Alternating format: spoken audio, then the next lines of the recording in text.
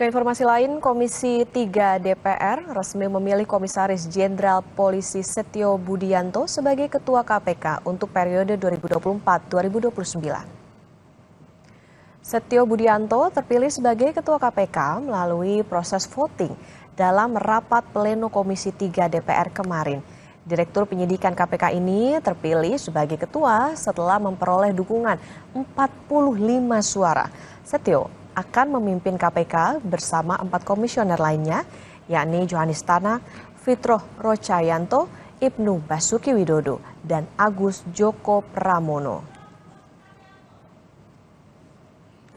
Berdasarkan ketentuan pasal 30 ayat 10 dan ayat 11 tersebut, suara yang diperoleh dengan mekanisme pengambilan suara terbanyak atau voting, Komisi 3 DPR RI memilih dan menetapkan 5 calon pimpinan KPK masa jabatan tahun 2024-2029, yaitu Johanis Tanak, Fitroh Rocayanto, Setio Budianto sebagai ketua, Agus Joko Pramono, Ibnu Basuki Widodo.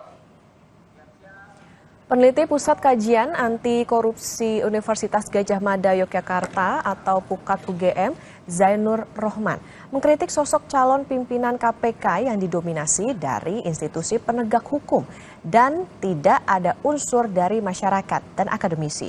Menurutnya, komposisi saat ini membuat pimpinan KPK tak bisa independen dan bergantung pada institusi lain. Akan sulit menurutnya pimpinan KPK saat ini mengusut kasus korupsi di institusi mereka.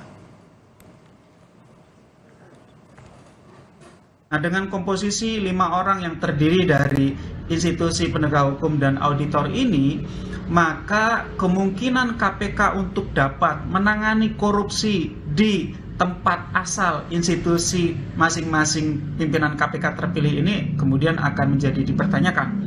Apakah mereka ini akan bersedia untuk melakukan penindakan perkara korupsi di institusi kepolisian, kejaksaan, kehakiman, maupun di BPK.